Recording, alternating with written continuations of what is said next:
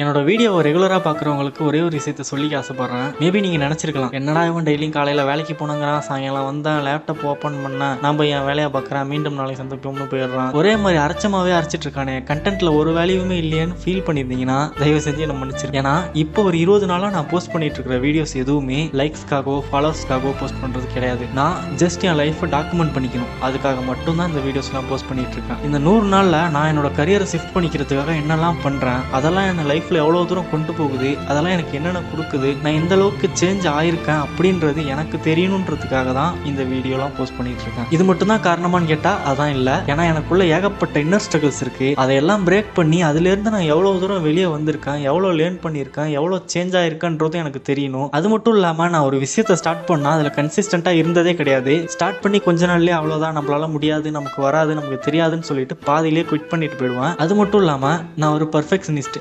எது பண்ணாலும் பர்ஃபெக்டாக தான் பண்ணணும், அப்படி இல்லைனா பண்ணவே கூடாது. ஒரு விஷயம் சரியாக தெரியலையா, ஒரு விஷயம் சரியாக பண்ண முடியலையா, அதை நல்லா தெரிஞ்சுக்கிட்டு வந்து பண்ணணும், இல்லை அதை நல்லா பண்ண கற்றுக்கிட்டு வந்து பண்ணணும் அப்படின்னு சொல்லியும் நிறைய விஷயத்த பாதியிலே குவிட் பண்ணிட்டு போயிருக்கேன்.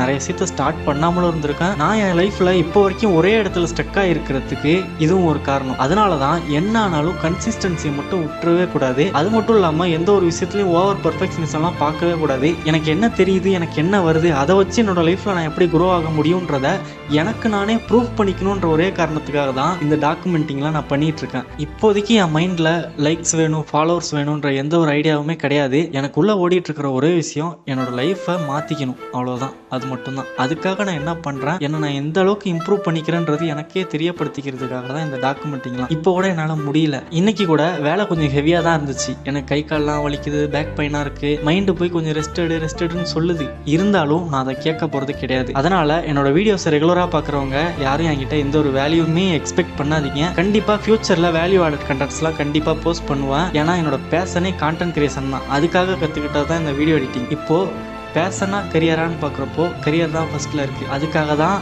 என்னோட கரியரை இம்ப்ரூவ் பண்ணிக்கணும், கரியரை ஷிஃப்ட் பண்ணிக்கணுன்றதுக்காக மட்டும்தான் இந்த ஒர்க் பண்ணிகிட்டு இருக்கேன். அதுக்காக தான் இந்த டாக்குமெண்டிங்கும் பண்ணிக்கிட்டு இருக்கேன். அதனால் இப்போதைக்கு என்னோட கண்டென்ட்டில் யாரும் வேல்யூ எக்ஸ்பெக்ட் பண்ணாதீங்க, அவ்வளோதான். கன்ஸ்ட்ரக்ஷன் லேபராக இருக்கிறேன்னா 100 நாளில் வீடியோ எடிட்டிங் என்னோட கரியராக மாற்றிக்கணுன்ற ஜேர்னியில் இன்றைக்கி நாள் 20. நான் போய் என்னோடய வேலைகளை பார்க்குறேன். மீண்டும் நாளை சந்திப்போம். நன்றி, வணக்கம்.